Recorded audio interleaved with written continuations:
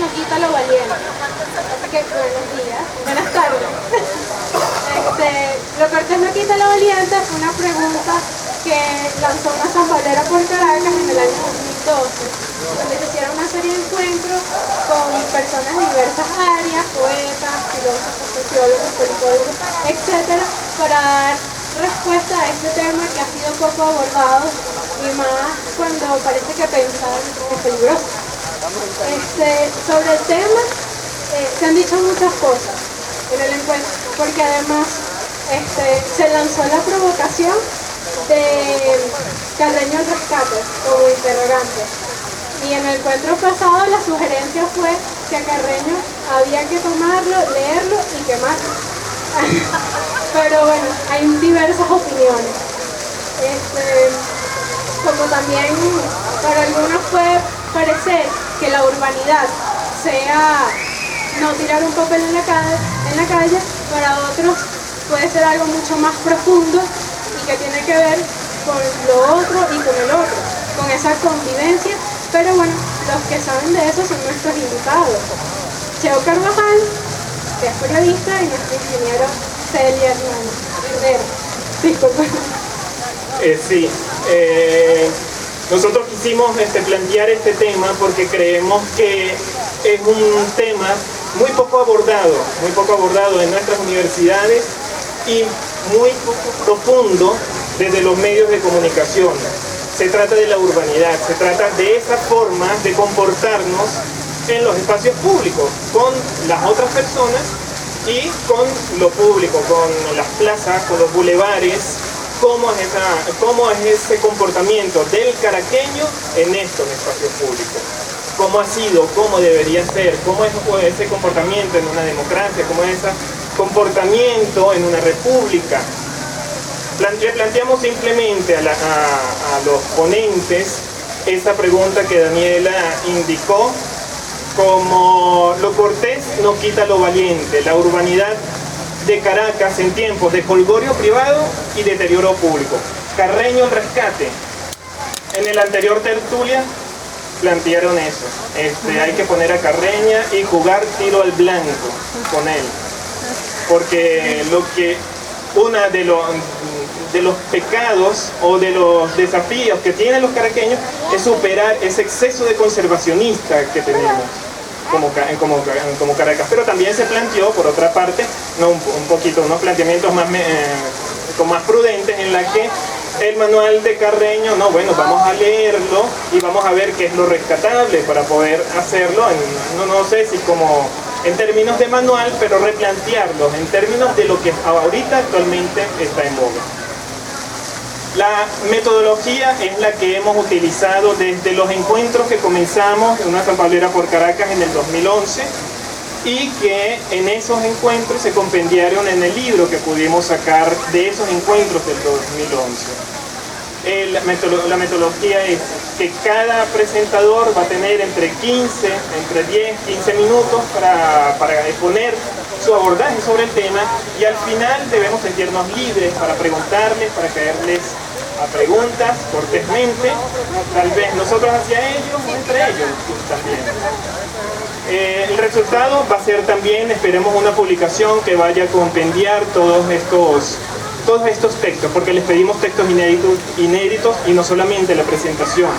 Va a haber tertulias en 3 espacios diferentes, en plazas, en plenas plazas, en universidades y en librerías. La próxima tertulia va a ser en la Plaza Sucre del casco histórico de Petare, y la próxima en la librería Cálatos.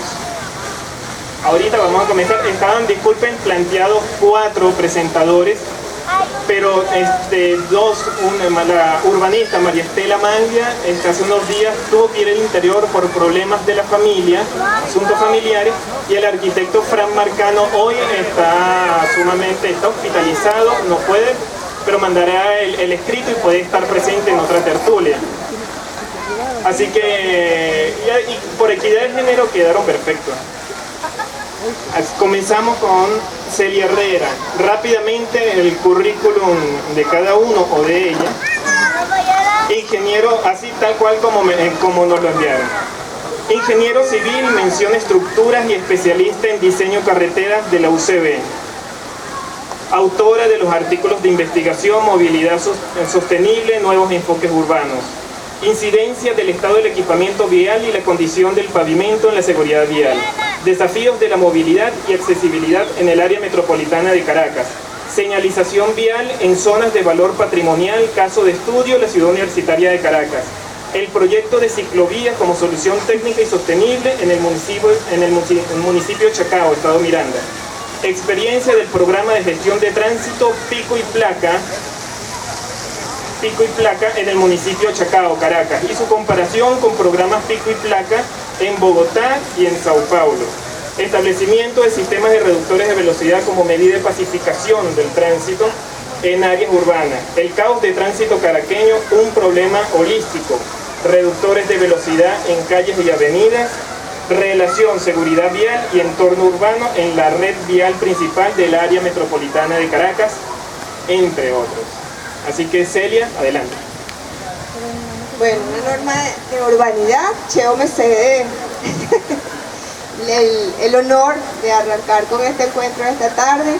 Mi agradecimiento, por supuesto, cumpliendo protocolo como un rigor con nuestra sanpablera, y estoy encantada.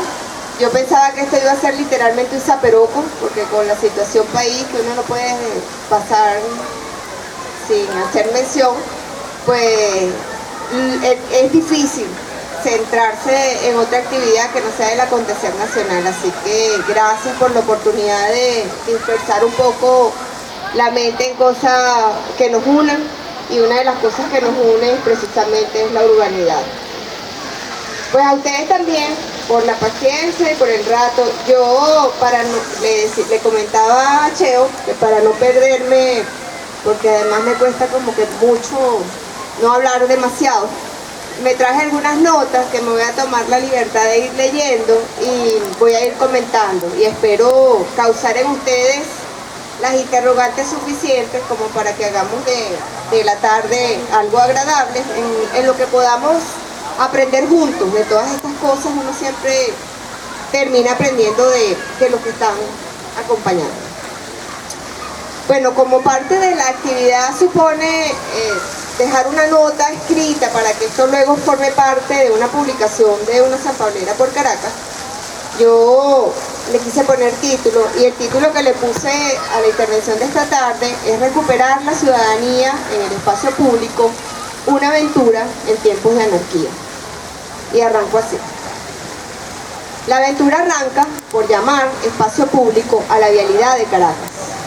Se me ocurre pensar en las escasas, maltrechas o inexistentes vías de acceso a los sectores populares. Mientras más alta la cota, más inaccesible en el sector. Sobre ellas coexisten aguas servidas, desechos sólidos, alimañas y casi humanos, porque en esas condiciones es difícil pensar la coexistencia del ciudadano con el entorno.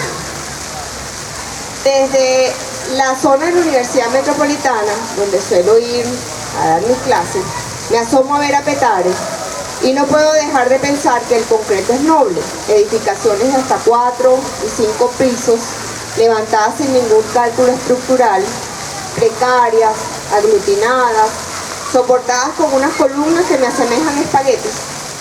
No dan cabida a identificar cómo es que uno llega hasta allí, cómo llega una ambulancia, cómo llega ayuda ante un eventual sismo. Caerán como naipes en un juego macabro, sin ruta de escape alguna. Y la rueda dio al traste, me acordaba de Cheo, dio al traste con la ciudadanía en la concepción de ciudad, pues la preocupación que ocupa es por dónde meter más carros, cuando en el fondo subyace la inminente necesidad de mover a las personas y no al vehículo. Desde hace ya unos 6 años vengo escuchando hablar de movilidad, de accesibilidad sostenible, sustentable. Cuando voy a los eventos, las últimas veces me han dicho: Celia, no hables de transporte y vialidad, ¿qué es eso? Eso está pasado de moda. La novedad es hablar de movilidad. Y para estar en la moda, para que la gente se sienta cómoda, pues hablo de movilidad, pero en el fondo estoy hablando de lo mismo que hemos hablado siempre: transporte y vialidad. La cuestión no es la denominación de uso y costumbre, llámela como la llame, cuando no hay políticas estructurales, sistemáticas, coherentes y dinámicas que se ajustan a las necesidades de los tiempos, acorde con el ritmo de expansión de las ciudades, los resultados van a ser lo que hemos visto hasta ahora: el caos y la desesperanza. Bueno, pero en mi visión de optimista racional empedernida, por demás pragmática, porque a los ingenieros se nos forma así, sin duda alguna que este caos vial de Caracas tiene arreglo. Y aun cuando ha privado la ineficiencia de las autoridades, entre comillas competentes, nuestro deber como ciudadanos es seguir exigiendo que se estructure una política de movilidad y accesibilidad con visión de región. Esa denominada por nuestros amigos que lamentablemente no pudieron hoy venir, por los arquitectos y urbanistas, megalópolis, que hoy día en la ciudad, requiere que pongamos atención en ella como un todo y dejemos la visión fragmentada que ha privado. He osado últimamente decir, le decía a nuestro amigo Ángel Oropesa, que esto es cosa de psicólogo clínico. Yo no sé nada de eso, pero me suena que hay tantos ciudadanos como gobernantes, todos por supuesto sedicentes, expertos en materia de movilidad y accesibilidad, que dan discursos unos más incoherentes que otros. Esto es una provocación que les hago. Hay que hacer canales solo para motocicletas. Insistentemente me lo piden y me mandan hasta fotos. Más vías en las mismas áreas de la ciudad.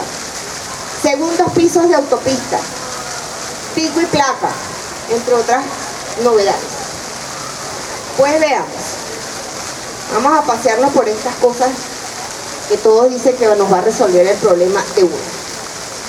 Si la Venezuela que vislumbramos, porque cuando uno proyecta, organiza para dentro de 20, 25, 30 años. Y si vislumbramos que dentro de 20 años la Venezuela esta es la que atenderá a todos los desplazamientos en moto, y todos vamos a estar en moto, pues bien, vamos a hacer facilidades para motos. Pero quiero que sepan y que recuerden que la motocicleta, es el más ineficiente de todos los modos motorizados. ¿Cuántos lleva? Un solo pasajero por unidad. ¿Sí? En el deber ser. No, yo he visto hasta 5, tranquilo. Es el más inhumano. No sé si se han dado cuenta, pero el que viaja en moto, tanto conductor como pasajero, va a la intemperie, expuesto a la chapa de sol, al polvillo, a la lluvia, va totalmente expuesto. Pero además, hay una cosa más grave, que pareciera que la gente que va en moto como que vale menos. Es el más inseguro. En Venezuela, con cifras documentadas, todos los días mueren entre 3 y 4 motociclistas. Esas son las cifras de hoy día. Todas ellas, por supuesto, por incidentes viales. Si construimos más vías y no controlamos el crecimiento del parque automotor, la congestión va a seguir siendo signo de nuestra cotidianidad. Además, que va a seguir siendo una gran fuente de inequidad. La mayor parte de los vehículos que ocupan casi el 80% de nuestras vías son particulares.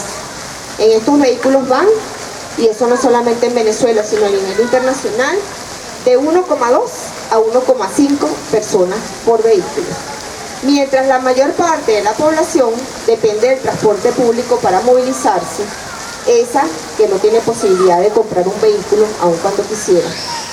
Tomen en cuenta además el bajo rendimiento que hemos alcanzado en el país en términos de construcción de obras viales, y les pongo un ejemplo. Ustedes habrán oído hablar muchísimo de que todo se nos va a resolver cuando deje de pasar supuestamente el tránsito pesado por Caracas, y para eso la maravilla de la panacea del siglo es la Verota Kempis. La Verota Kempis tiene 36 kilómetros, lleva algo más de 3 años construyéndose. De esos 36, hoy día solamente están operativos 4.4 kilómetros. Eso nos da como 1 kilómetro por año. A esa velocidad, saque usted su propia conclusión. Los segundos pisos de autopista tampoco resuelven nada. Si ustedes consideran que ellos inician y terminan en los mismos distribuidores que existen, que constituirían un embudo más de la congestión. Yo no sé ustedes, pero yo me aturdo de pensar en más gases contaminantes, en más ruido, en el corneteo. Yo no sé si ustedes se han dado cuenta, pero la ciudad es altamente ruidosa. Todos los que nos visitan, una de las cosas que primero me comentan: Celia, no puedo con el ruido. El tema de las bocinas nada más es apabullante. A los que responden que el problema de la congestión se resuelve con el famoso pico y placa, yo le digo a los periodistas póngaselo otra vez, porque le preguntan ¿qué hacer? Pico y placa. Y yo siempre les repregunto, porque en el fondo el que dice que la solución de pico y placa es dejar el carro, está pensando que el que va a dejar el carro es otro, porque él se sigue yendo en su carro. Cuando se supone, cuando lo dicen, en realidad le está pensando que otro deja el carro, y muy pocos están conscientes de lo que significa en esta ciudad dejar su vehículo en casa y salir de aventura extrema a intentar caminar, a subirse a una camionetica, a usar el metro de Caracas y a exponerse a la delincuencia. Y me perdonan que voy a hacer un alto acá, pero es que hoy estuve a punto de añadir un párrafo aquí, porque la noticia de mediodía fue que fueron encontrados 2 ciclistas muertos en el Ávila en el día de hoy. Estaban haciendo una rodada, sencillamente porque le iban a quitar las bicicletas. Bueno,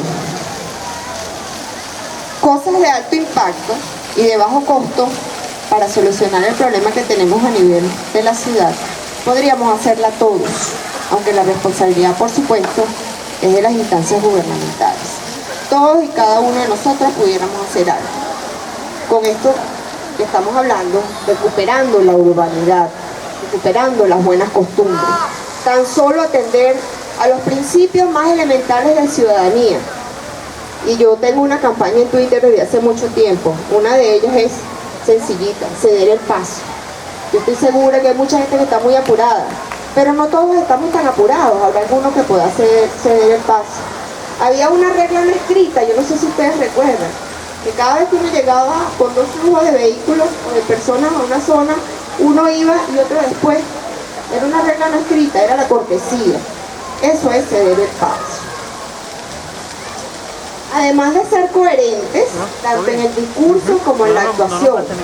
Yo no sé si se han fijado cuando siguen a un conductor ustedes parados frente al acceso del estacionamiento de su casa o de su edificio. Perdone que esto no me ayuda. Bueno, ese que se consigue a alguien parado frente al estacionamiento de su casa o edificio, lo menos que le grita es ¡animal!, por no decir otra cosa, ¿verdad? Pero si el que está mal parado es usted, lo primero que se le ocurre es la excusa perfecta. Pero eso es solo un momentito. Y seguro que está harto de los fiscales de tránsito, a los que llama matraqueros, sin piedad. Pero si usted comete una infracción y lo detienen, lo primero que hace es ofrecerle dinero. En lugar de pedirle, ponme la multa. Amén de que usted nunca debió haber transgredido una norma y cometer la infracción. Todos quieren que en Venezuela las cosas funcionen como en Estados Unidos. Todos quieren que funcione como España, como Europa. En cualquier parte donde haya orden, donde se respeten las leyes y se sancionen a los infractores. Pero además todos quieren seguir comportándose acá como el buen pícaro venezolano. A los que buscando soluciones me han preguntado, les comento que el problema más serio que tenemos, para mí, es la anarquía en la circulación, por la impunidad, obviamente. Los ciudadanos saben que pueden transgredir cualquier ley, cualquier reglamento, cualquier norma, sin que eso tenga ningún tipo de amonestación o sanción. El clima de la irracionalidad en la circulación del tránsito automotor y no automotor llegó a su clímax hace poco, donde el que sale a la calle la siente tan suya que no hay paso para ningún otro. Aquí surge lo que yo llamo el síndrome del carro grande, según el cual todo el que tenga un vehículo más grande que el suyo se lo va a tirar encima. Ni hablar de los peatones, que a falta de carros son mal vistos, y todos van en su contra. Y llegaron los motociclistas para quedarse. Nadie quiere hablar del tema. Es como que incómodo. Es un fenómeno latinoamericano que consiguió su mayor auge en Venezuela, bajo el signo de los problemas sociales y económicos de una nación donde no es fácil conseguir empleo formal y donde el vehículo automotor más barato es además una moto. En ese doble discurso, donde todos aborrecen el comportamiento poco cortés de los motociclistas, hay quien llega espelucado a cuanta reunión se le interpone porque agarró un mototaxi y dice con desparpajo, porque es que si no, no llego. Claro está, llega, pero llega porque va circulando entre vehículos, en contrasentido, sobre acera, sin pararse en los semáforos. Es más rápido llegar a cualquier parte, pasándole por encima los derechos de los demás. Estos privilegiados del volante, que desatienden toda norma, no serían ningún problema si circularan en igualdad de condiciones que el resto de los que compartimos la vía pública, acatando normas, acatando leyes. No estoy muy segura de que la motocicleta sea la solución a la congestión. Por el contrario, yo sospecho que es un signo de lo mal que estamos en movilidad y del nivel de involución acelerado que hemos experimentado en estos tiempos. El desatino generalizado arranca desde las más altas esferas. Es fácil de entender porque es que no vemos luz. Si caemos en cuenta que el ente del Ejecutivo Nacional, responsable del transporte y la vialidad en el país, ha pasado del Ministerio de Transporte y Comunicaciones al Ministerio de Infraestructura MINFRA en el año 1999. Ministerio del Poder Popular para las Obras Públicas de Vivienda MOPI en febrero de 2009. Ministerio del Poder Popular para el Transporte y las Comunicaciones, MPPTC, en junio de 2010. Ministerio del Poder Popular para el Transporte Terrestre, MPPTT, en noviembre de 2011. Y en tanto cambió 4 veces de nombre, cambió 11 veces de ministro. Un detalle adicional es que ninguno de esos ministros era ingeniero de transporte ni de vialidad, aunque la verdad, un buen gerente no tendría por qué serlo. Lo único que necesitaría es un buen equipo de asesores y sin duda alguna buen criterio. La guinda de la torta, y me perdonan la expresión, surgen con las mal llamadas soluciones viales, que consisten en atentados a la seguridad vial, como es el caso de la, entre comillas, rampa de acceso en la autopista Francisco Fajardo a la altura del Abasto Bicentenario, en donde literalmente quitaron un pedazo de la defensa.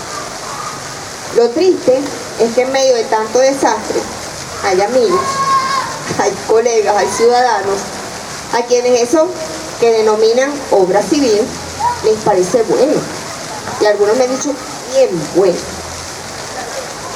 De todo esto, cuando me preguntan qué está pasando, que desde el máximo ente rector no se atina a emprender el rumbo de la movilidad sostenible con políticas de Estado que atiendan a toda la población por igual, yo les suelo decir una frase que a Fran le encantó, lástima que no vino, que la resumo en lo siguiente: el que sabe no está, y el que está no sabe. Y definitivamente hace falta el que sabe y el que atiende al clamor del ciudadano, y prueba de ello es el elevado de los dos caminos. ¿Qué más debieron hacer los ciudadanos para evitar que tal mamotreto irrumpiera con un espacio que era una ventana entre tanto concreto? Lo hicieron todo, sencillamente fueron ignorados. Ese elevado, para mí, sin duda alguna, es un paso atrás. ¿Y será que la política en materia de transporte y vialidad ahora es la posmodernidad? Me decía un sociólogo amigo, Omar Hernández, me parece que ahora este será un país posmoderno. Pero nos topamos con el Metrocable de San Agustín, el Metrocable Expreso, el tramo expreso de Mariche, el Cabletren de Petare, aunque no está totalmente operativo, el Bus Caracas, el ferrocarril Ezequiel Zamora, que además es el único tren de pasajeros de cercanía que tenemos en Venezuela, la ciclovía del Libertador en el primer tramo, el sistema Transmetrópolis, la recuperación de bulevares peatonales como el de Sabana Grande, entre otros, novedosos por supuesto en sus concepciones, pero en muchos casos son el resultado de un capricho y no de una propuesta concertada que entienda a la ciudad como un todo. Siento que le hace falta la conexión con el destinatario, con el peatón, el pasajero, el conductor, usuario y operador del servicio de transporte público privado, con las personas de movilidad reducida. Es necesario cambiar el transporte tradicional a un sistema integrado de movilidad y las políticas públicas tienen que atender a un sistema integrado de transporte público. Espero no haberlos dormido, pero para cerrar mi parte de este zaperoco, el reto de transformar la ciudad tiene que atender a los ciudadanos en una visión compartida, en la que los proyectos urbanos entiendan dónde y cómo vivimos, dónde y cómo nos movemos. Incorporar elementos de desarrollo y conectar la ciudad es una necesidad inminente. No sé si se han dado cuenta, pero en el fondo todos deseamos exactamente lo mismo, el bienestar de todos los ciudadanos. Y el transporte y la vialidad son servicios de infraestructura para y por el ciudadano. A eso apostamos, entendiendo que el transporte y la vialidad como infraestructura de servicios son tan solo un instrumento para facilitarle a los ciudadanos el acceso a sus actividades. Sin duda alguna, la vialidad es un elemento de transformación urbana que debemos potenciar incorporando las facilidades para medios no motorizados. Ahí les dejo eso.